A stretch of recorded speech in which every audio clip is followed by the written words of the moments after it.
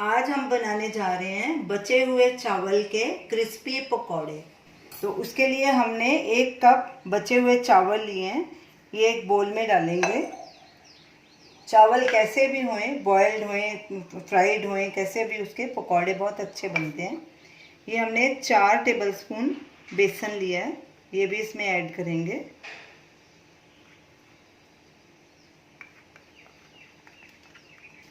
हरा धनिया तकरीबन 1 टेबलस्पून है। एक बारीक कटा हुआ प्याज मीडियम साइज़ का।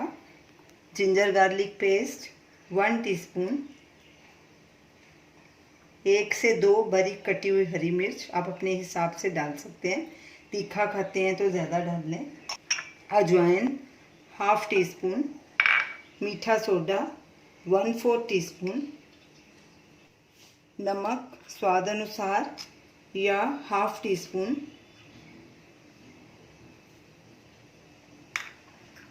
धनिया पाउडर 1 टीस्पून। हल्दी पाउडर 1/4 टीस्पून। आमचूर पाउडर 1/2 टीस्पून। लाल मिर्च पाउडर 1/2 टीस्पून, क्योंकि हम हरी मिर्च डाल चुके हैं, ये भी आप अपने हिसाब से डाल सकते हैं। गरम मसाला 1/2 टीस्पून। अब इन सब चीज़ों को अच्छे से पहले मिक्स कर लेंगे। सब चीज़ें अच्छे से मिक्स हो गई हैं। अब इनमें थोड़ा थोड़ा पानी डाल के एक घोल तैयार कर लेंगे। घोल ना ज़्यादा पतला हो ना ज़्यादा गाढ़ा, इसलिए पानी हम थोड़ा थोड़ा डालेंगे और साथ साथ मिक्स करते जाएंगे।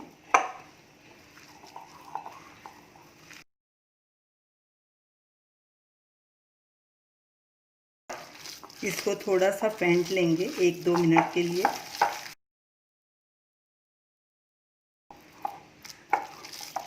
तो ये हमारा घोल तैयार हो गया। अब उधर हम तेल गरम होने के लिए रख देंगे। कढ़ाई में हमने तेल डाल दिया है और गैस को हम फुल पे कर देंगे और इसे गरम होने देंगे। तेल गरम हो चुका है, अब गैस को मीडियम पे कर देंगे।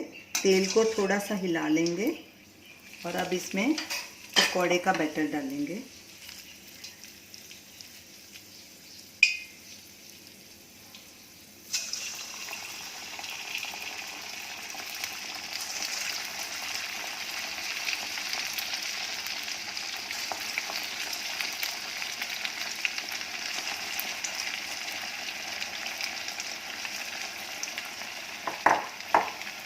इसको अभी 1 मिनट तक नहीं हिलाएंगे, थोड़ी देर बाद इसे पलटी करेंगे। 1 मिनट हो चुका है, पकोड़े को पलटी कर लेंगे और इन्हें दोनों तरफ से गोल्डन ब्राउन होने तक फ्राई कर लेंगे। गैस को मीडियम आंच पे रखना।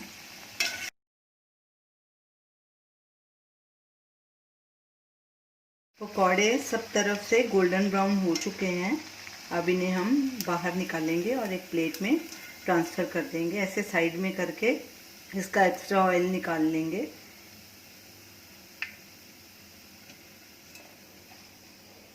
और इसे प्लेट में ट्रांसफ़र कर देंगे और इसी तरह बाकी के पकौड़े भी फ्राई कर लेंगे।